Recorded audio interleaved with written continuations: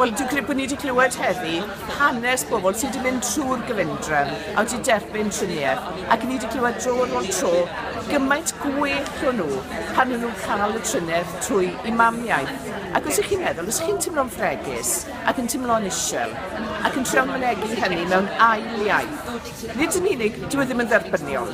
Ddyle hynny ddim bod yn digwydd yng Nghymru. Mae hefyd yn beryglus. Siwt ych chi'n cyfleu beth ych chi'n dimlo'n iawn trwy ail iaith, a falle bod chi'n cyfleu'r hyn sydd angen i rywun trin. So dyna oedd y drafodaeth heddi. Pam o'n i'n gwneud e?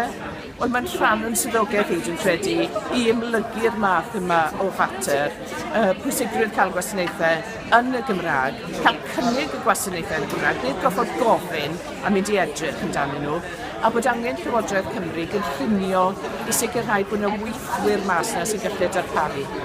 Wel, un o'r camau cyntaf pwysica yw dechrau trafod y peth, ac yn sicr mae hwnna wedi digwydd ar faes yr Eisteddfod heddi, a mae fe'n digwydd trwy'r wefan meddwl.org hefyd. Mae hwnna mor bwysig i glywed lleisiau pobl. Wedi clywed y lleisiau, dwi'n credu bod yn bwysig bod ni'n ffeindio'r gynulleidfa iawn i rando. A dwi'n credu bod angen i ni fynd i wleidyddion Cymru a dweud, mae yna challenge da chi fan hyn.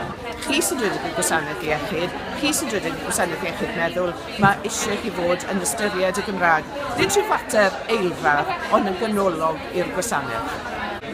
Ond sicr bod yna brinder mae'r feddwyr iechyd meddwl drwyddi draw felly yng Ngwledydd Prydain. Ond o ran y Gymraeg, mae'n ddiddorol nodi bod yna lai o siaradwyr Cymraeg yn gweithio maes iechyd meddwl na bron i unrhyw faes arall.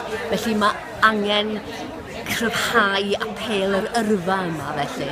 Mae rai cryfhau hyder pobl sydd eisoes yn gweithio yn y maes o ran i gallu i gynnal darpariaeth cyfrwng Cymraeg, ond mae hefyd angen cynyddu'r nifer sydd yn hyfforddi i fod yn seicolegwyr ac yn feddygon, ac i sicrhau bod siaradwyr Cymraeg yn cael eu trwytho